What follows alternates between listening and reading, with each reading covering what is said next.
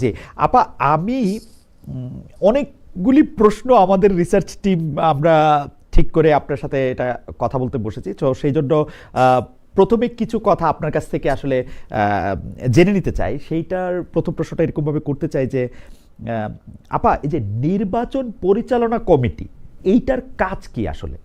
আমি যদি প্রশ্নটা এরকম করি, বিএনপির নির্বাচন পরিচালনা করা কমিটির কাজ কি? প্রশ্নটা যদি এরকম করি, বিএনপির নির্বাচন পরিচালনা কমিটির ভাইস চেয়ারম্যানের কাজ কি? আপনারা কি করেন আসলে আপা? আসলে নির্বাচন পরিচালনা কমিটি, যেটা সাধারণত নির্বাচনের জন্য, নির্বাচন সময়কালীন কাজের জন্য কার্যক্রম পরিচালনা যেটা ওই সময় করা হয়ে থাকে, এখানে সাধারণত আমাদের যেটা যেমন নির্বাচনের আমরা দেখে থাকি যে বিভিন্ন দল, আমরা যে যারা নির্বাচন করবে বিভিন্ন দল তো বিভিন্ন অসঙ্গতি করছে, কিংবা আচরণ আচরণ ভঙ্গ করছে, কিংবা কোথাও কোনো সমস্যা হচ্ছে, কোথাও কোনো বিভিন্ন রকম ভাবে ধরেন মারামারি পিটাপিটি হচ্ছে, সবকিছু সমস্যার সাথে আমাদের দলীয় যে কিছু জিনিস রয়ে গেছে, যেমন আমাদের অনেকে দাঁড়িয়ে গেছে, সেখানে আমাদের যারা স্বতন্ত্র দাঁড়িয়েছে আমাদেরকে মানে নির্বাচন থেকে সরিয়ে প্রত্যাহার করার জন্য তাদের সাথে কথা বলা, এই ধরনের বিভিন্ন ধরনের কাজ থাকে। বিশেষ করে নির্বাচনের আগের 2 দিন তখন তো ভয়ানকভাবে কাজ থাকে। এই জন্য নির্বাচন সুষ্ঠুভাবে হচ্ছে কিনা, আমরা যে সুষ্ঠু নিরপেক্ষ নির্বাচন চাচ্ছি সেটা কতদূর আমরা করতে পারছি, কিংবা নির্বাচন কমিশন সেটা কতটুকু করতে পারছে, বিভিন্ন জেলায় কেন সমস্যা হলে সে তাৎক্ষণিকভাবে আমাদের কাছে সেই রিপোর্ট চলে আসে, এবং আমরা সেই রিপোর্ট আমরা সেখানে সেইভাবে নির্বাচন কমিশন জানাবার প্রয়োজন মনে করলে আমরা জানাই, অভিযোগ থাকলে অভিযোগ জানাই। এইভাবে বিভিন্ন রকম কর্মকাণ্ড থাকে। আপা, মানে ঘটনাটা আপনারা কি সরকারের উপরে চাপ প্রয়োগ করেন যে যাতে মানে মানে সরকারের উপরে প্রভাব বিস্তার করতে চেষ্টা করেন? যেমন আপনি নিজেও দীর্ঘদিন রাজনীতি করছেন, আপনি মন্ত্রী ছিলেন, আপনার অধীনে যারা কাজ করেছেন একেবারে জুনিয়র পর্যায়ে, তারা এখন সরকারের শীর্ষ পর্যায়ে কর্মকর্তা রয়েছেন। সেই সুযোগটা আপনি বা আপনার চেয়ারম্যান বা বিএনপিতে আমরা দেখছি নির্বাচন পরিচালনা কমিটিতে খুবই পরিচিত মুখরা, খুব হেভি ওয়েট লোকরা সেখানে আছেন। তা আপনাদের কাজ কি মোটামুটি সরকারের সাথে বার্গেন করা, নাকি সরকারের প্রেশার করা যাতে বিএনপি নির্বাচিত হতে পারে বা বিএনপির জন্য একটা আলাদা ফিল্ড তৈরি হয় সেটা? দেখুন, আমরা কারোর উপর চাপ প্রয়োগ করি না। আমাদের কাজটাই হলো, আমরা যে অঙ্গীকার করেছি জনগণের কাছে যে একটা সুষ্ঠু জবাবদিহিমূলক সরকার প্রতিষ্ঠা হবে এবং জনগণ যেন ভোট দিতে পারে, তার জন্য যে সুষ্ঠু ব্যবস্থা পরিচালনা সেটা সাধারণত নির্বাচন কমিশন করে। এখানে কিন্তু সরকার সেইভাবে বাধ্য থাকে না, থাকে কিন্তু নির্বাচন কমিশন। আমরা নির্বাচন কমিশনের কাছে আমাদের অভিযোগটা আমরা বলি, কিংবা আমাদের কথা প্রয়োজনে কোনো অসঙ্গতি দেখলে সেই অসঙ্গতিটা জানাই। হ্যাঁ, সরকারের কাছে যদি মনে হয় কোনো কাজ সরকার করছে, তখন হয়তো আমরা সাধারণত এই ব্যাপারে এখন পর্যন্ত আমাদের সরকারের উপর কোনো রকম চাপ প্রয়োগ আমরা সৃষ্টি করি নাই। বরঞ্চ আমরা চেষ্টা করছি যাতে এই নির্বাচনটা সুষ্ঠু এবং নিরপেক্ষ হয়। আহ, আপা, কেন প্রশ্নটা আসছে, আমরা কিন্তু দেখতে পাচ্ছি যে বাংলাদেশের নির্বাচন হওয়ার বা নির্বাচন যত কাছাতে থাকে তত আমরা বেশি দেখতে পাই যে বড় রাজনৈতিক দলরা এক ধরনের অভিযোগ করে প্রশাসনকে নিয়ন্ত্রণ করার, আর দূর থেকে আমরা দেখি যে প্রশাসনকে নিয়ন্ত্রণ করাটাই আসলে ভোটের ক্ষেত্রে এক ধরনের গুরুত্বপূর্ণ বিষয় হয়ে দাঁড়ায়। গত 3টি নির্বাচনে যেহেতু দলীয় সরকার ক্ষমতা থেকেই নির্বাচনটি পরিচালিত হয়েছে, সেটার আমরা একদম এক্সট্রিম রূপ দেখেছি। এবারও কিন্তু আমরা এই ধরনের অভিযোগ শুনছি। আপনারা মানে আমি আমি আমি অন্য দেশে যেরকম নির্বাচন ক্যাম্পেইন দল দেখি, কিন্তু নির্বাচন পরিচালনা কমিটিটা আমি খুব বেশি আমি এটা দেখতে পাই না। এইটা আপনি কি একটু বলবেন যে এইটার কারণটা কি? মানে নির্বাচন পরিচালনা কমিটি এইটা করা, মানে এটার এটা এটা এটা আপনারা আসলে আপনাদের কেপিআইটা কি, মানে কি পারফরমেন্স ইন্ডেক্সটা কি, এটা যদি একটু আমাদেরকে না, বলতেন। শুনেন, নির্বাচন পরিচালনা কমিটি সাধারণত একটা দল থেকে দলের আভ্যন্তরে করা হয়।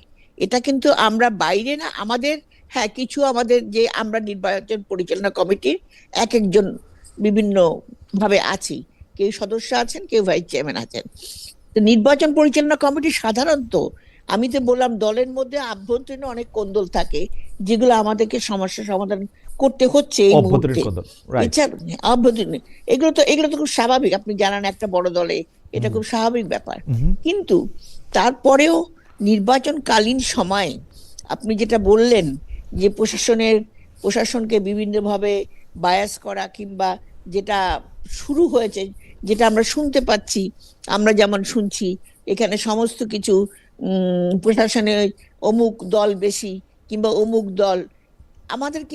আমরা কিন্তু কোনো সেভাবে কোনো প্রশাসনের জন্য আমরা বলেছি আমরা জানি এই ডিসি যদি বদলায়, এই ডিসি কিন্তু আরেক জায়গায় যাচ্ছে, সে কিন্তু কোথাও পরিবর্তন হচ্ছে না, শুধুমাত্র জায়গাটা পরিবর্তন হচ্ছে।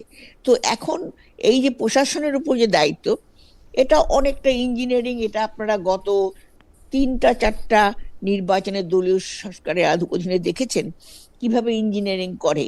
এই ইঞ্জিনিয়ারিং জিনিসটা কিন্তু আমাদের মধ্যে ঢুকে গেছে, সেই জন্য সেই চেষ্টা চলতে পারে। ওকে, তার জন্য আপনি মনে করছেন যে একটা স্বতন্ত্র নির্বাচন পরিচালনা কমিটি এটাতে কাজ করবে, কিন্তু আপনি ইঞ্জিনিয়ারিং এর কথা বলছেন। ইঞ্জিনিয়ারিং এর অভিযোগ, ইন্টারেস্টিংলি আপনাদের এখন যারা প্রধান রাজনৈতিক প্রতিপক্ষ সেই জামাতে ইসলামের আমিরও বলছেন যে একটা ইঞ্জিনিয়ারিং করে এটা করা হতে পারে।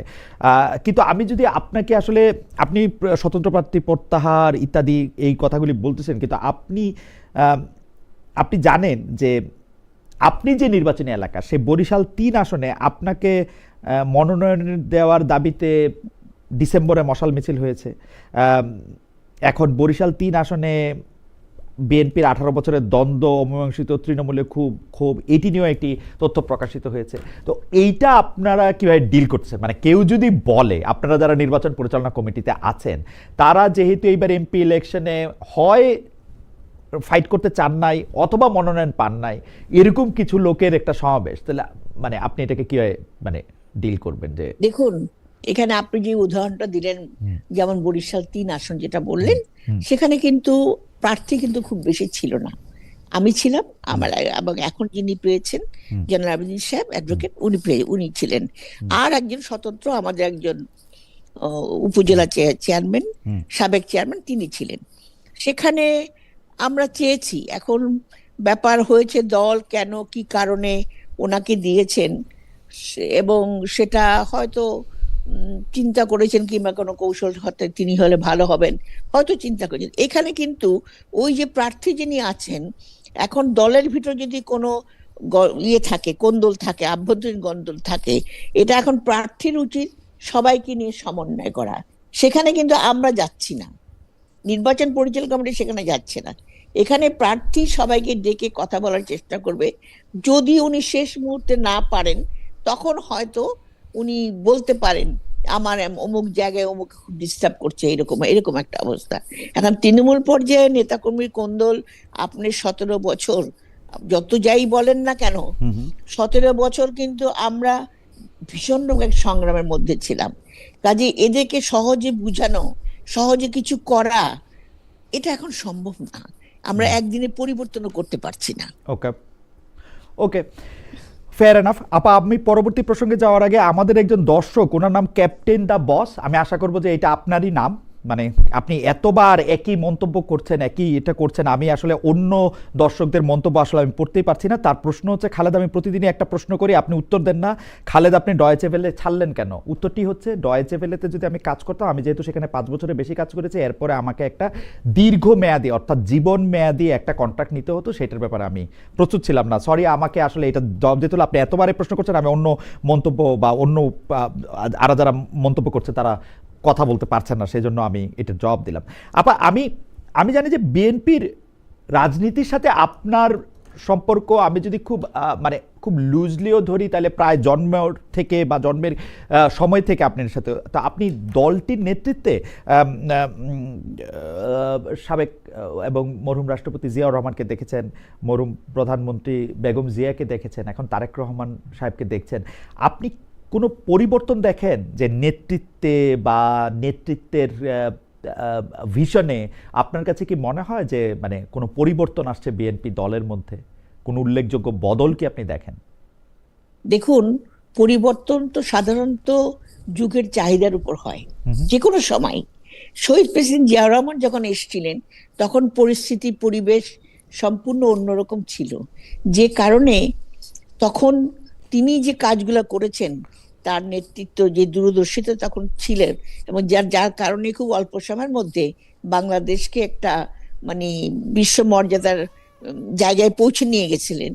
ঠিক তার পরবর্তীতে যখন দেশনেত্রী বেগম খালেদা জিয়া আসেন, তিনি দীর্ঘ সংগ্রাম করেছেন। আপনি জানেন 9.5 বছর তিনি গ্রামে গঞ্জে হেঁটেছেন, এবং তিনি মানুষের অত কাছে, যেমন শহীদ জিয়াও মানুষের গ্রামাঞ্চলে হেঁটে বেড়াতেন, খাল খনন করতেন, বেগম জিয়াও কিন্তু ঠিক একইভাবে কিছুটা ধারা এক, কিন্তু আপনার যুগের চাহিদার সঙ্গে পরিবর্তিত হচ্ছে চিন্তা চেতনা।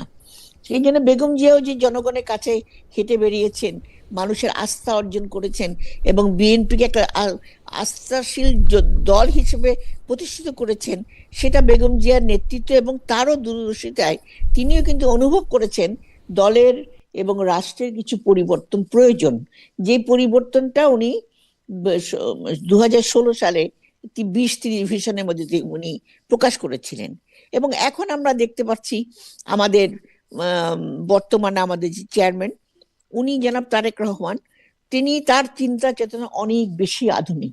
এটা কিন্তু যুগের চাহিদার সঙ্গে হয়েছে, এবং এখন যে পরিবর্তনটা উনি কিভাবে আনবেন, এবং সেটি দেশ গড়ার পরিকল্পনা অত্যন্ত সুন্দরভাবে। কারণ আজকে কিন্তু বললেই আপনার রাষ্ট্র কাঠামো সংস্কার হচ্ছে না, কিন্তু মানুষ একদিনে পরিবর্তন হচ্ছে না। সেটা করতে হলে আমাদের সময়ের প্রয়োজন। সেখানে আমার তৃণমূল থেকে হাত দিতে হবে, যে তৃণমূল আমাদের একেবারে ধ্বংস হয়ে গেছে। সত্যি কথা বলতে, আমাদের গণতান্ত্রিক রাষ্ট্র বলেন, গণতান্ত্রিক প্রতিষ্ঠান বলেন, মানুষের নৈতিক চরিত্র বলেন, সবকিছু কিন্তু আজকে কিন্তু অনেকখানি দুর্বল হয়ে গেছে। বাংলাদেশের পুরনো ঐতিহ্যটা কিন্তু নেই। তো সেখানে নতুন যে পরিকল্পনা, নতুন যে দেশ গড়ার পরিকল্পনা, এটা আমাকে অবশ্যই আকৃষ্ট করছে। কারণ এখন তো নতুন বড় যুগের চাহিদার সঙ্গে সঙ্গে সবকিছু পরিবর্তন হয়, তারপর তো বিশ্ব রাজনীতির সঙ্গেও খাপ খাইয়ে কিছু জিনিসের পরিবর্তন হয়। এটাই আপা, আমি জি বলে আমি আমি আমি আরেকটু কোশ্চেনটা আরেকটু স্পেসিফিক করি। যেমন ধরা যাক যে 2001 সালে যখন বেগম জিয়া ক্ষমতায় আসলেন, তিনি কিন্তু দুজন জামায়াতে ইসলামী সহ আরো 4টি দলের সঙ্গে তিনি শুধু জোটই করেন না, মানে জাতীয় পার্টির একাংশ এবং ইসলামী শাসনতন্ত্র আন্দোলনের সঙ্গে শুধু তিনি জোটই করেন নাই, জামায়াতে ইসলামীর দুজন কিন্তু তার মন্ত্রিসভায় মন্ত্রীও হয়েছেন। আমরা কিন্তু 2012, 13, 14 সালের থেকে, মানে আমরা যদি ব্যাপারটাকে বলি যে জনাব তারেক রহমান যখন রাজনীতিতে সক্রিয় হচ্ছেন, যত বেশি তিনি রাজনীতিতে সক্রিয় হচ্ছেন, তত বিএনপির সাথে জামায়াতের দূরত্ব বাড়ছে। আমরা কি এইটাকে সিদ্ধান্ত এরকমভাবে নিতে পারবো, বা অনুসিদ্ধান্ত এরকম নিতে পারবো যে বেগম জিয়ার সময়ে যে জামায়াতকে তিনি বন্ধু ভাবতেন, তারেক রহমান সাহেব সেই জামায়াতকে অনেকটাই শত্রু ভাবছেন? মানে এইটা কি একটা আমরা প্যারাডাইম শিফট বলতে পারবো কিনা? না, এটা বলা যাবে না। এই কারণে বলা যাবে না, বেগম জিয়ার সময় যে জামাত ছিল, তখন সময়ের প্রয়োজনে আপনি দেখছেন জামাতকে কিন্তু শুধু বেগম জিয়াও নয়, আওয়ামী লীগও তাকে ব্যবহার করেছেন, তাদেরকে নিয়েছিলেন সাথে। সেটা তখনকার প্রয়োজনে জামাতকে, সেই জামাত আর আজকের জামাতের মধ্যে কিন্তু অনেক তফাৎ আছে, অনেক তফাৎ। এবং আজকের জামাত অনেক বেশি বর্তমান, তারা অনেক বেশি আধুনিক চিন্তাধারা। আমি যতটুকু আমি তাদের কথাবার্তা শুনি, আধুনিক চিন্তাধারা তারা কিছুটা, আমি বলবো, সুন্দর মতো এবং সুশিক্ষায় শিক্ষিত হয়ে কাজ করছেন। সেই জামাত আর এই জামাতের মধ্যে অনেক তফাৎ। কাজে এই যে আজকে জামাত এখন নিজের অবস্থানকে সুদৃঢ় করার জন্য তারা কিন্তু চাচ্ছে না অন্য কারোর সঙ্গে জোট বেঁধে কিংবা অন্য কারোর সঙ্গে থেকে তারা মানে ক্ষমতায় এটা আসা, জামাতের কিংবা না চাওয়া, মানে বিএনপির না চাওয়া না আসলে। না, বিএনপি কোনোদিনই জামাতকে বলে নাই তুমি জোট ছেড়ে দাও, কিন্তু জামাতই চেয়েছে। জামাত সবসময় জামাত এখন মনে করছে তারা যথেষ্ট মানে প্রভাবশালী হয়েছে, তারা ইনশাল্লাহ তারা আগামীতে, এটা তাদের চিন্তা ভাবনা, তারা ক্ষমতায় এসে গেছে। এই চিন্তাধারা কিন্তু তাদের কথায় বার্তায় পরিষ্কার ফুটে উঠছে। ওকে, তাহলে এইটার মধ্যে ঘটনা হচ্ছে যে বিএনপি নেতৃবৃন্দ এখন, আপনারা যারা জামায়াত, যেহেতু আপনাদের প্রতিপক্ষ, একটা তো রাজনৈতিক মাঠের কথা, আরেকটা তো হচ্ছে যে আদর্শগত অবস্থান। সেই আদর্শগত অবস্থানে কি বিএনপি নেতৃবৃন্দ মনে করেন যে জামায়াত আর বিএনপি দুজন দু প্রান্তে দাঁড়িয়ে আছে, দুটি দল, নাকি মনে করেন যে না, এটা আপনি যেটি বললেন সেটি ব্যাখ্যা, জামাত যেহেতু নিজেই এখন শক্ত প্রতিদ্বন্দ্বী হিসেবে আবির্ভূত হতে পারছে মাঠে, সে আর আরেকটা জোট কেন করবে, এটা তো স্বাভাবিক ঘটনাই। তো আপনার কাছে কি মানে আদর্শগতভাবে কি দুটি দল দুপ্রান্তের? কারণ বিএনপি যেরকম করে বারবার বিএনপি নেতৃবৃন্দ বিশেষ করে যেভাবে বারবার জামায়াতকে বলতেছেন, জামায়াত যেভাবে বিএনপি নেতৃবৃন্দকে আঘাত মানে মানে কি বলবো টার্গেট করে কথা বলতেছেন, সেইটার ক্ষেত্রে যদি মাথায় রেখে যদি বলি। না, আমি আমি যেটা বলতে চাচ্ছি যে জামাত যে কোনো দলেরই কিন্তু আদর্শ সম্পূর্ণ আলাদা থাকে। জামাতের আদর্শ জামাতের কাছে, বিএনপি আদর্শ বিএনপির কাছে। এখানে কিন্তু আদর্শগত মিলের জন্য কিন্তু এই জোট হয় না।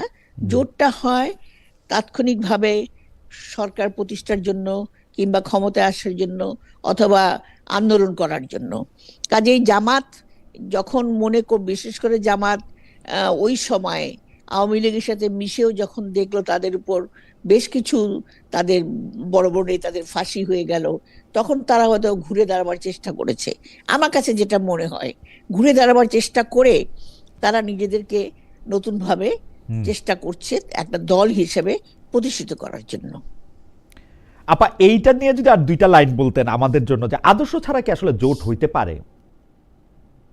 অবশ্যই, কেন হতে পারবে আদর্শের না? মিল ছাড়া কি জোট হইতে পারে? মানে 2001 না, সালে জামায়াতের আদর্শ আদর্শ আর বিএনপির আদর্শের মধ্যে কি অনেক বেশি তফাৎ ছিল যে তারা জোট হইতে না, পারছে? আদর্শ বলতে আপনি কি বুঝতেছেন, না তুমি কি বুঝতেছো? আদর্শ জি। হলো যে একটা দলের দর্শন এবং আদর্শ। আমার লক্ষ্যটা কি? আমার লক্ষ্যটা হলো গণতন্ত্র প্রতিষ্ঠা করা এবং দেশের স্বাধীনতা সার্বভৌমত্ব বজায় রাখা। এটি তো আমার মূল একটা দর্শন এবং আর আমরা যেটা মনে করি বাংলাদেশের জাতীয়তাবাদ, এটা হলো আমাদের তো আদর্শ। জামাতের আদর্শ যেটা তারা বলে থাকে, আল্লাহর আইন শাসন, আইন হ্যাঁ। আইন জি। আইন কায়েম করা। তো আল্লাহর আইন কায়েম করা, অবশ্যই আল্লাহর আইন তো সব জায়গায় আছে, কিন্তু একটা রাষ্ট্র, এটা হলো তাদের আদর্শ। সেখানে তো আমাদের সঙ্গে তো আমরা তার আদর্শের সঙ্গে তো আমরা মিশি নাই ওকে। এবং মিশতে পারি নাই। কিন্তু হ্যাঁ, একটা জায়গায় মিশেছি, সেটা হলো আমরা আন্দোলন করেছি হয়তো একসাথে, ক্ষমতায় গিয়েছি একসাথে, সেটা হলো গণতন্ত্র প্রতিষ্ঠা। আপনি যেটাই বলতে চান সেটার উপর ভিত্তি করে। ওকে আপা, আমি পরবর্তী প্রসঙ্গে আসি যে বিএনপির কথা বলতে গেলে একজন নারী নেত্রীর কথা সবসময়ই আসবে, মানে আজকেও আসবে, আরো 20, 50, 100 বছর পরেও হয়তো আসবে। বিএনপি যদি যতদিন টিকে থাকবে, সেটা হচ্ছে বেগম খালেদা জিয়া। সেই বেগম খালেদা জিয়ার মানে নেতৃত্বে বিএনপি গণতান্ত্রিক অভিযাত্রায় নেতৃত্ব দিয়েছে, তারপরে দেশের প্রধানতম দল হিসেবে আবির্ভূত হয়েছে। অন্তত প্রধান দুইটি দলের একটি থাকছে হচ্ছে সবসময়, মানে এটা কোনোদিন এর বাইরে যায় না এসে। কিন্তু এইবার বিএনপির প্রার্থী মনোনয়নে নারীর সংখ্যা মাত্র 10 জন। এইটার কারণ কি বলে আপনি মনে করেন? পাশাপাশি আমাদের একজন দর্শক, উনার নাম উম্মতে মোহাম্মদ এসএম, উনি বলতেছেন যে আমি কোনো রাজনৈতিক দলের সদস্য নই, সাপোর্টার নই, বিএনপির দুঃসময়ে রুমিন ফারানার মতো ভোকাল কাউকে দেখিনি, উনার বহিষ্কারের বিষয়ে বা বিষয়ে কিছু বলুন। এটা আপনার জন্য প্রশ্ন। নারী নাই, 10 জন মাত্র আছে, আর একজন নারী নেত্রীকে বহিষ্কারও করা হয়েছে আসলে। হ্যাঁ, আপনার কথাটা সত্য। হ্যাঁ। তবে রুমিন ফারহানার বহিষ্কারের ব্যাপারটা কেন, কি কারণ, হয়তো স্বতন্ত্র থেকে তাকে বলা হয়েছিল সরে যেতে, কিন্তু উনি সরেননি। কারণ হতে পারে, আমি ঠিক জানি না। এবং আপনি যেটা বলেছেন এটা দুঃখজনক, কারণ রুমিন ফারহানাকে আমরাও চেয়েছি রুমিন ফারহানা আসুক। যাই হোক, সেটা কথা না। কথাটা হচ্ছে যে আমাদের মেয়েরা, সত্যি কথা বলতে কি, আমরা নারী ক্ষমতায়নের কথা বলে থাকি, কিন্তু আপনি কি দেখেছেন আমাদের যেন গত যে ফ্যাসিস্ট সরকার ছিল সেই সময় আমাদের অনেক নারী মন্ত্রী ছিল, বড় বড় নাতি, কিন্তু তৃণমূল পর্যায়ে আমরা যেটা বলতে থাকি, আমাদের যেটা লক্ষ্য, আমাদের লক্ষ্যটা হলো তৃণমূল পর্যায়ে নারীকে ক্ষমতায়ন করা, যে লক্ষ্যে আমরা এখন কাজ করছি। কারণ একটা নারী যদি তার পারিবারিক মর্যাদা এবং তার যদি সম্মানটা পায় এবং সেই সম্মানের অধিকারে সে তখন তার পরিবারকে সে গঠন করতে পারে এবং সেই গঠনের মধ্য দিয়ে একটা সুন্দর সুন্দর শিশু গড়ে উঠতে পারে। এটাই হলো কিন্তু সমাজ গঠনের মূল মন্ত্র। কাজে আজকে আমাদের যে চিন্তাধারা, আর আপনি যেটা বললেন যে হ্যাঁ, এটাও সত্য কথা যে মেয়েরা কম পেয়েছে, এখানে যে প্রশ্নটা এসছে এখন, আমাদের তো ধরেন এখন একটা চ্যালেঞ্জের মধ্যে আমরা নির্বাচন করছি, সেখানে এলাকায় গিয়ে আমরা আন্দোলনে অনেক মহিলা ছিলাম, হুম, কিন্তু এলাকা থেকে ঠিক সেইভাবে জিতে আসা হয়তো সেভাবে দল মনে করে নাই যে হুম। সে হয়তো পারবে না। যাদেরকে মনে করেছেন তাদেরকে দিয়েছেন। মানে একজন নারী প্রার্থীর পক্ষে আসলে মানে ঠিক এই নির্বাচনে অংশগ্রহণ করে, যে নির্বাচনটা অনেক ক্রুশাল, আপনি যেরকম বলতেছেন যে সেটা আসলে এত হ্যাঁ, সহজ, ক্রিটিক্যাল। এত এত এত এত এত সহজ এটা হবে না। আমি আমি আপনার নির্বাচন পরিচালনা কমিটিতে আবার একটু ফিরে যাই, কারণ এইবার আসলে জাতীয় নির্বাচনের পাশাপাশি একটা গণভোট রয়েছে। সেই গণভোটের ক্ষেত্রে আমরা দেখছি যে অনেকে এই কথা বলতেছিলেন যে জামায়াত গণভোটে হাত দেওয়ার পক্ষে, বিএনপি না দেওয়ার পক্ষে।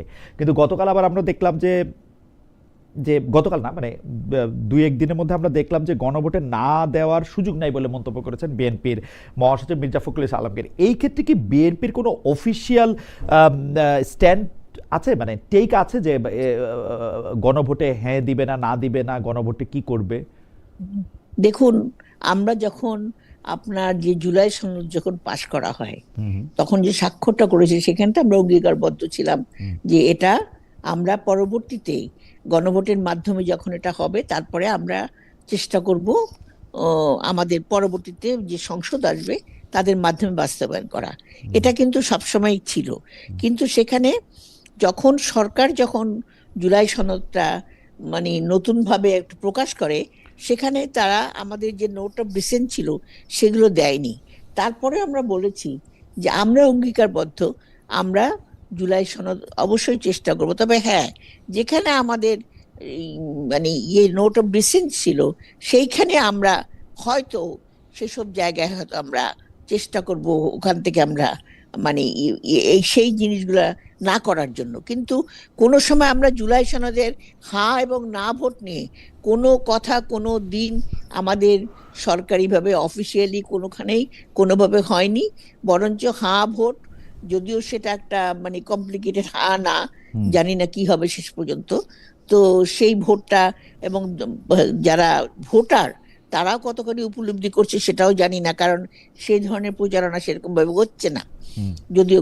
কিন্তু আমাদের তরফ থেকে এই না ভোট দেওয়ার কোনো রকম কোনো চেষ্টা নাই, আমরা চেষ্টা করবো না। না আপা, আমি যদি ভালো বুঝে থাকি যে বিএনপি এটা বলতেছে যে না দেওয়ার কোনো সুযোগ নাই, কিন্তু আপনারা কি হ্যাঁ না, দিতে বলতেছেন, হ্যাঁ দিতে বলতেছেন লোকরে, নাকি বলতেছেন গণভোটের কথা ভুলে যাও, আমাদেরকে খালি ভোট দাও, ধানের শীষে খালি ভোট দাও? মানে আপনাদের স্ট্যান্ড পয়েন্টটা না, কি? আমরা তো মানে বিএনপি তো আমরা তো ভোট বিএনপি তো এটা পরিষ্কার করতে পারে, তাই না, যে আপনারা যেহেতু আমরা জুলাই সনদের পক্ষে, আপনারা হ্যাঁ ভোট দিন, কিন্তু আমরা তো না এখনো দেওয়ার ভোটের সুযোগ নাই এর অর্থটা কি আমি বুঝি না। মানে না দেওয়ার সুযোগ নাই, গণভোটও এ- দিয়েন না, মানে শোনেন, ব্যাপারটা কি এরকম? জামাত জামাত তো অনেক কথা বলে যাচ্ছে এখন। জি। তারা বলছে যে লেভেল লেভেল প্লেইং ফিল্ড হচ্ছে না, একজনকে বেশি প্রোটোকল দেওয়া হচ্ছে, প্রতিদিন প্রতি রকম নানা রকম এই কথা। কথা তো আমার মিথ্যাও তো না আপা, কথা তো মিথ্যাও না, না। মিথ্যা না, তারেক কিন্তু সাহেব যে কথাটা প্রোটোকল পাইলেন, মানে উনি তো এখন একটা পার্টির, যখন আসছেন পার্টির ভাইস চেয়ারম্যান, মানে কি বলে ভারপ্রাপ্ত চেয়ারম্যান কিন্তু ছিলেন, কিন্তু আপনি আপনি তো প্রধানমন্ত্রীর চেয়ে বেশি নির্বাচনে প্রোটোকল পাইছেন। নামেননি, জি, আপনি তো নির্বাচনে এখনো নামেননি, জি। তাহলে আচরণবিধি ভঙ্গ হবে কেমন করে? আপনি তখনই কথা বলবেন যখন আপনি দেখবেন আপনার বাস্তব। এখন জামাত কি করে বলে তারা যে বিভিন্ন জনকে উপহার দিচ্ছে, তারা যে জান্নাতের টিকিট বিক্রি করছে, হুম। এগুলো এগুলো কি আচরণবিধি লঙ্ঘন নয়? না তাহলে আমরা তো কোনো কথা আপা, বলছি না। আচরণ বিধিটা আমি ওই পাশে রাখি। আমি আপনাকে একটা সরাসরি প্রশ্ন করি, কেন আপনি রাখবো? না, আমি আমি আপনি বলেন আর কি একটু, আপনি আমাকে বলেন যে ধরেন আমি একজন ভোটার, আমাদের যারা শো দেখতেছে তারা একটা ভোটার, তো আপনি তাদেরকে গণভোটে হ্যাঁ দিতে বলতেছেন না না দিতে বলতেছেন, নাকি গণভোটে পার্টিসিপেশন আমি না করতে বলতেছেন? কেন কেন আমরা না করতে বলবো? না করার তো কোনো সুযোগ নেই। আমরা তো বললাম তো আমরা অঙ্গীকারবদ্ধ, তারা হ্যাঁ করুক। আপনারা বলবেন কিনা যে হ্যাঁতে ভোট দেন? আচ্ছা, আমরা তো বলবোই। আমি তো বললাম যে আমাদের তো ভোটই শুরু হয় নাই, তা ওকে। আমরা কাকে বলবো, কি বলবো? না ধরেন আপনারা ধানের শীষে ভোট দিতে বলতেছেন, গণভোটও যেহেতু হইতেছে সঙ্গে, তাতে একটা হ্যাঁ ভোট দিতে বলবেন কিনা সেটা জানতে চাচ্ছিলাম। এটা তো অবশ্যই যখন ভোট ভোট চাইতে যাব তখন তো অবশ্যই এটা বলতে হবে। ওকে। আমরা আপনারা যখন ভোট চাইতে যাবেন, সেটা তো সেইটার ক্ষেত্রে আবার আপা ওইটা যেটা আপনি বলতেছিলেন যে জামায়াতে ইসলামীর পক্ষ থেকে আসলে নির্বাচনী আচরণবিধি লঙ্ঘন করা হয়েছে কিনা, জামায়াতের যেটা প্রধান অভিযোগ, এইটা নিয়ে যদি আপা একটু বলেন যে আসলে নির্বাচনটা হতে এখনো আরো 1 মাস বাকি, কিন্তু বিএনপির যে প্রভাব সেইটা কি খুব ওভারওয়েলমিং দেখা যেতেছে কিনা? বিএনপির নেতা যখন আসতেছেন, রাষ্ট্রীয় যন্ত্রগুলি খুব বেশি ব্যস্ত হয়ে যেতেছে তাদেরকে প্রোটোকল দিতে, এরিয়ার ব্যবস্থা করতে, এরকম মনে হচ্ছে কিনা আপা? যে মানে আসলে যদি আপনি খুব নিরপেক্ষ জায়গা থেকে জিনিসটা দেখেন। দেখেন, এটা একটা কঠিন প্রশ্ন, কারণ আপনারা হয়তো জানেন যে আমাদের জনাব তারেক রহমান সাহেব, আমাদের যে বর্তমান চেয়ারম্যান যিনি, তাকে মেরে ফেলার চেষ্টা করা হয়েছিল এবং তার জীবনের নিরাপত্তা এখনো নাই। আপনি দেখেন হাদিকে কিভাবে মেরে ফেললো। আমাদের কথা হচ্ছে যে আমরা কখন চাচ্ছি, আমরা যখন আমরা ওনার জীবনের নিরাপত্তাটা আমরা এই জন্যই চাচ্ছি যে আমরা তো চাই না যে এরকম একের পর এক মৃত্যু এসে আমাদের ইয়াং যে গ্রুপটা আছে যারা সত্যিকার অর্থে দেশকে গড়ে তুলবে তাদেরকে আমাদের কাছ থেকে চলে যাবে। সেই কারণে ওনার যে রাষ্ট্রীয় যেটা পেয়েছেন সেটা পেয়েছেন ওনার নিরাপত্তার জন্য। এখন আপনার যখন নির্বাচন হবে সেখানে আচরণ বিধিতে কতটুকু, সেখানে সবাই কিন্তু বডিগার্ড এবং ইয়ে পেয়েছে, প্রত্যেক প্রার্থী পেয়েছে, তো সেখানে কতটুকু আচরণ বিধি লঙ্ঘন হবে কি হবে না, কিংবা লেভেল প্লে ফিল্ড হবে কি হবে না, সেটা তখন বিবেচনা করা যাবে। এখন তো এই কথা বলে লাভ নাই। আচ্ছা আপা, আমি গণভোটের প্রসঙ্গে আবার একটু গণভোটের প্রসঙ্গে আসি, ব্যাক অ্যান্ড ফোর্থ করি, যে আপনি নিজেও কিন্তু অভিযোগ করেছেন আপনাদের সংস্কারের যেসব বিষয়ে বিএনপির আপত্তি আছে সেগুলিতে বিএনপি নোট অফ ডিসেন্ট দিয়েছে, যেটা আজকেও আপনি কিছুটা আসলে টাচ করেছিলেন আমার মানে মানে আমার আমার আমার আমার কথার প্রেক্ষিতেই। তো সেগুলি ঐক্যমত্য কমিশন সেভাবে আমলে নেয় নাই, আপনি সেটা বলছেন যে তারা নিজেদের মতো কিছু বিষয় জুলাই সনদে দিয়েছেন যা গণভোটের জন্য তুলে ধরা হয়েছে। এখন গণভোটের রেজাল্ট যাই হোক, আপনারা ক্ষমতায় গেলে এই বিষয়গুলি আপনারা আসলে কীভাবে ডিল করবেন? অনেকেই বলতেছেন যে বিএনপি ক্ষমতায় গেলে হয়তো এই গণভোটে যাই আসুক না কেন, সংস্কারে যাই আসুক না কেন, সেগুলি বিএনপি আসলে পাশ করবে না বা বিএনপি কোনোভাবে আটকে দিবে। এখন তো শুধু বিএনপি থাকবে না, এখানে তো আমাদের অন্যান্য দলও থাকবে, এবং বিএনপি আসলে করবে না কিংবা অন্য দল আসলে করবে, এটা তো এখন আমাদের অতিরিক্ত কথা, ভবিষ্যৎ নিয়ে পরিকল্পনা করা। কিন্তু সেটা যে হবেই এবং বিএনপি করবে কি করবে না সে তখনকার সংসদ বুঝবে, সেটা তো আমরা এখন বলতে পারি না। কিন্তু আপা আমাদের কেমন জানি সন্দেহ হচ্ছে যে আপনারা গেলে আর সংস্কার করবেন না। ইজ ইট, মানে এই সন্দেহটা কি রাইট সন্দেহ? আমাদের সংস্কার করার, পুরো রাষ্ট্র কাঠামোর সংস্কারের জন্য আমরা অঙ্গীকারবদ্ধ। আমরা সংস্কার অবশ্যই করব, কেন করব না? আমাদের প্রতিটি ক্ষেত্রে আমরা সংস্কারের জন্য বিভিন্ন রকম পরিকল্পনা আমরা নিয়েছি। হ্যাঁ, হয়তো সময় লাগবে, আমরা একদিনে করতে পারবো না, 2 বছর 3 বছর হয়তো লাগতে পারে, 4 বছর, এটা তো আমাদের সময় প্রয়োজন। আপা আমি আপনার কাছে আসছি, আমাদের একজন দর্শক একটা ইন্টারেস্টিং মন্তব্য করছেন, ওনার নাম ফাহিম শেখ 8128। উনি বলছেন, খালিদ ভাই আপনার যদি সাহস থাকে তাহলে গৌতম দাদাকে নিয়ে আসেন, আপনার আওয়ামী লীগের দালাদেই বিএনপির দালালি ছুটাই দিবে।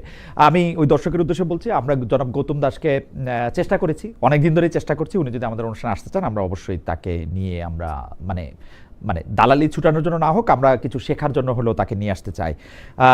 আপনার জন্য আমার প্রশ্ন আপা, যে আপনার দল জুলাই সনদে সই করেছে, যেটা আপনি আগে বললেন, যুগপত সঙ্গীদের কথা আপনি বললেন, যারা রাষ্ট্র সংস্কারের কথা বলেছেন, আপনাদের নিজস্ব 31 দফা আছে। আপনি আমাদেরকে খুবই রাইটলি 2015 সালে বেগম জিয়ার দেওয়া 20-30 যে ভিশন 2030, সেইটাও আপনি আমাদের স্মরণ করাই দিয়েছেন। কিন্তু আমরা এটাও দেখছি, জনাব তারেক রহমান দেশে আসার পরপরই বলছেন যে আই হ্যাভ এ প্ল্যান। কিন্তু আমরা তো আপনাদের নির্বাচনী ইশতেহার আসলে দেখতে চাই। নির্বাচনী ইশতেহারের মধ্যে আপনারা কিভাবে কি করবেন সেইটাও আমরা বুঝতে চাই। 1.5 বছরে 1 কোটি লোককে চাকরি দিতে চান, এটা কিভাবে বাস্তবে আপনারা সম্ভব করবেন? শিক্ষিত বেকারদের বেকার ভাতা দেওয়ার পরিকল্পনা আপনাদের কিভাবে বাস্তবায়ন করবেন? এই শিক্ষিতদের আপনারা কিভাবে চিহ্নিত করবেন? যারা ছাত্রদল থেকে আসে তারাই কি খালি শিক্ষিত হিসেবে গণ্য হবে কিনা? অশিক্ষিত বেকারদের নিয়ে বা আপনার পরিকল্পনা কি? আপনার স্বাস্থ্য, শিক্ষা, পরিবার পরিকল্পনা, সোশ্যাল সেফটি নেট, এগুলি নিয়ে আপনাদের পরিকল্পনা কি? অর্থাৎ আপনারা একটা মানে ইশতেহার আমাদেরকে দিবেন কিনা? মানে আমরা যখন পরিকল্পনা জানতে চাইবো, আপনি 31 দফা দেখাতে পারবেন, ভিশন 2030 দেখাতে পারবেন, আপনি জুলাই সনদের কথা বলতে পারবেন, কিন্তু আপনাদের নির্বাচনী ইশতেহারটা আসলে কোথায়? মানে এটা পাবো কিনা আমরা? নির্বাচন যখন আমরা করছি, নির্বাচনকে সামনে নিয়ে আসছি আমরা, নির্বাচনী ইশতেহার তো অবশ্যই থাকতে হবে, সেই ইশতেহার অবশ্যই আপনারা পাবেন, কেন পাবেন না? তবে আপনি যেটা বললেন যে আমাদের যে বিভিন্ন যেটা আমাদের মাননীয় চেয়ারম্যান বলেছেন হুম হুম যে আই হ্যাভ এ প্ল্যান, হুম হুম এটা সত্যি কথা, একটা অনেক বড় একটা টিম কাজ করছে। হুম আপনি যে কথাগুলো বললেন, শুধুমাত্র এখানে ছাত্রদল বলে কথা নাই, আমার যে বেকার যুবকরা যারা কোনো কর্মসংস্থান পাচ্ছে না, কিংবা যারা বিদেশে যাওয়ার জন্য জমি জমা বিক্রি করে ফকির হচ্ছে, এবং মেয়েরা যে বাইরে গিয়ে নির্যাতিত হচ্ছে, তাদেরকে যে বিভিন্ন ল্যাঙ্গুয়েজ কোর্স করে সরকার থেকে তাদেরকে সাহায্য করা, বিদেশে যাতে জমি জমা বিক্রি করতে না হয়, তারপরে বিভিন্ন প্রযুক্তি টেকনিক্যাল স্কুল কলেজ আরো অনেক কিছু আছে, এবং বিভিন্ন ভাষা শেখা, এগুলো অনেক পরিকল্পনা করছেন, সেগুলো আপনারা জানতে পারবেন। সেই কাজগুলো হচ্ছে এবং হবে। এবং এখানে অ্যাজ এ হোল বাংলাদেশের মানুষকে মানব সম্পদ হিসেবে গড়ে তোলার জন্য আজকে চিন্তা ভাবনা হচ্ছে। আপা, মার্টিন লুথার কিংকে মনে রেখে বা কাছাকাছি থেকে তিনি মার্টিন লুথার কিং এর কথা তিনি বলেছেন যে তিনি যখন আই হ্যাভ এ ড্রিমের জায়গায় আই হ্যাভ এ প্ল্যান বলেন, তখন আমরা কিন্তু লুথার কিংকে আমরা দেখি যে তিনি সাদা ও কালোর মধ্যে যাতে কোনো বৈষম্য না থাকে, মানুষ যাতে মানুষ হিসেবে বিবেচিত হয়, সেটা ছিল তার প্রধান স্বপ্নের মধ্যে প্রধান অংশ।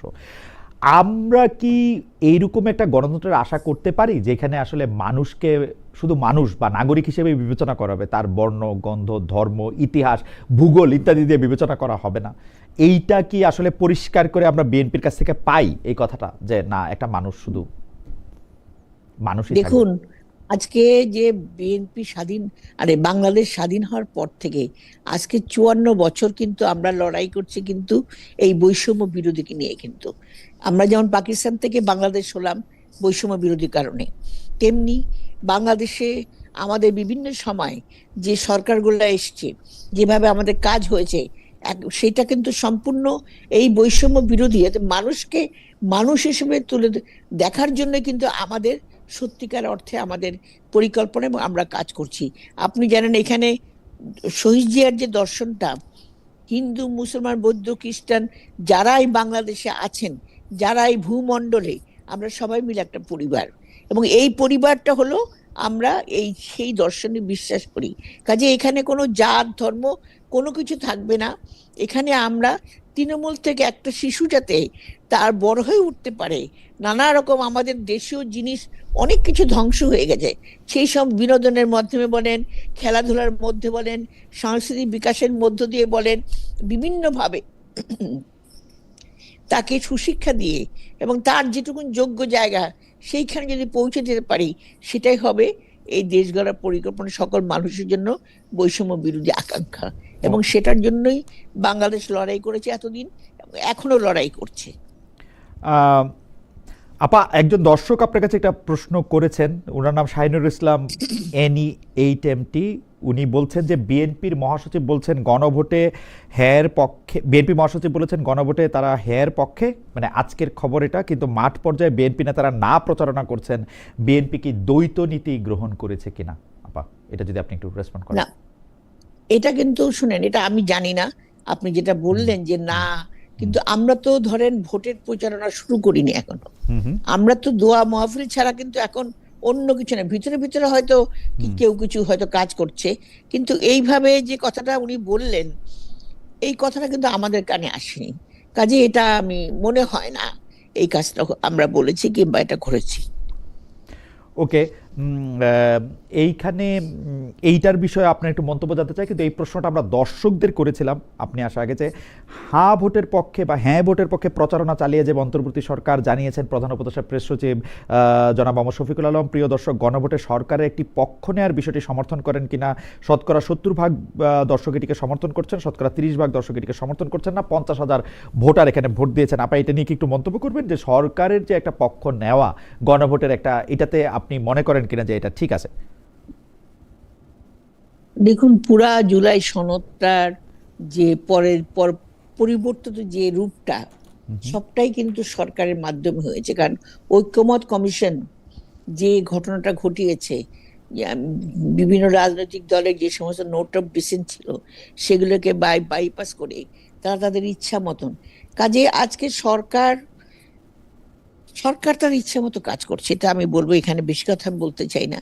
সরকার তার ইচ্ছা মতো কাজ করছে এবং সে করতে পারে, এটা তাদের তো এই পর্যন্ত করে আসছে।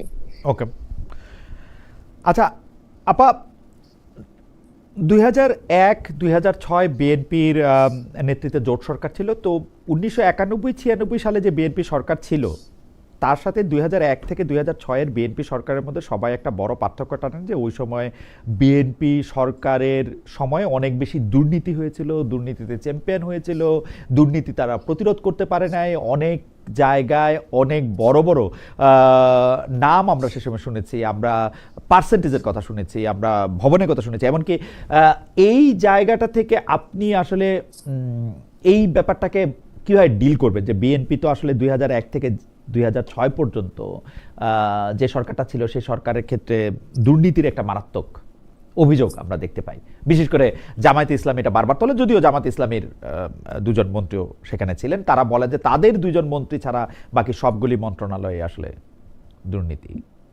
ছিল। দেখুন, দুর্নীতির কথাটা তো বলা খুব সহজ, কিন্তু প্রমাণ কিন্তু সেভাবে কিন্তু হয় না। আমরা 2001 থেকে, হ্যাঁ কিছুটা হয়তো আপনি যেটা বললেন কিছু কিছু ক্ষেত্রে হয়তো হতে পারে, কিন্তু সেইভাবে দুর্নীতি হয়েছে এবং জামাত ইসলাম যেটা বলছে, যেমন এখনো দেখেন আমরা এই যে 5ই আগস্টের পরে যে ঘটনাগুলো ঘটলো বাংলাদেশে, সেখানে অনেক জায়গায় জামাতের ছেলেপেলেরা লুটপাট করেছে, দুর্নীতি করেছে, কিন্তু নাম পড়েছে বিএনপির। কাজে এটা আমি মনে করি না, কিছু কিছু ক্ষেত্রে হয়তো কিছু কিছু জায়গায় কিছুটা সততা থাকতে পারে, কিন্তু সেইভাবে দুর্নীতি হয় নাই। না আপা, এইটা যদি আপনি বলেন, আমি একটু বিনয়ের সাথে এটাতে দ্বিমত করতে চাই। আপনি জামায়াতের নাম, ছেলেপেলেদের নাম দিয়ে বিএনপির হয়ে দুর্নীতি করা, সেটা তো তৃণমূল পর্যায়ে, সেটা অন্য জিনিস, কিন্তু যারা অফিস হোল্ড করেছেন সেই মন্ত্রী থেকে শুরু করে দেশের শীর্ষ নেতৃত্ব পর্যন্ত আমরা বহুবার বহু ক্ষেত্রে আমরা দেখেছি যে একদম অভিযোগ এরকম আসছে যে এই ভবনে টাকা না দিলে বা এই রকম পার্সেন্টেজ ব্যবহার না করলে আসলে বাংলাদেশে কোনো কাজ করা যেতেছে না। ওই রকম তো আমরা সে সময়কার যদি পত্রপত্রিকা দেখি, আমি নিজে সে সময় মাঠে সাংবাদিক ছিলাম, আমার নিজেরও অভিজ্ঞতা আছে যেগুলি ব্যবসায়ীরা অভিযোগ করতেছেন, যারা ভুক্তভোগী তারা অভিযোগ করতেছেন, বারবার এই ব্যাপারগুলি পত্রপত্রিকায় কথা হচ্ছে, টিআইবিকে বারবার এগুলি নিয়ে কথা বলতে হয়েছে, আমরা নিজেরা অসংখ্য রিপোর্ট করেছি এসব নিয়ে। কিন্তু আপনি যে বললেন ঠিক আছে, এটা বুঝলাম যে অমুক জায়গায় টাকা না দিলে হলো, কিন্তু এই এই দুর্নীতি কেউ কি প্রমাণ করতে পেরেছে? আপা, দুর্নীতি প্রমাণ করা কিন্তু এটা অনেক কঠিন কাজ, এটা কখনো প্রমাণ করা যাবে না। কেন? তো আবার দেখলাম টাকা পর্যন্ত পাচার হয়েছে, ব্যবসায়ীরা নিজেরাই টাকা পাচার করছে। এটা তো সরকারের ছত্রছায়া, তো পরবর্তীতে একই ঘটনা ঘটেছে, তাই না? Fair enough. আমি আপনাকে বলতেছিলাম যে এই যে রাজনৈতিক বাকযুদ্ধটা, সত্যিকার অর্থে অনেকে কিন্তু আপনি জানেন যে পারসেপশন ইজ এ রিয়েলিটি। আমি যদি ব্যাপারটাকে অন্যভাবে বলি তাহলে বিষয়টা হচ্ছে এরকম যে অনেকেই বলে থাকেন যে বাংলাদেশে আসলে আপনি যদি স্পিড মানি না দেন তাহলে ব্যবসা করা যাবে না, আপনি যদি আসলে আপনার জমিটার সব কিছু প্রপার রাখতে চান, আপনি টাকা না দিলে এটা হবে না, আপনি যেটা ভবন বানাতে চান সেটা হবে না, এবং সেগুলি প্র্যাকটিক্যাল।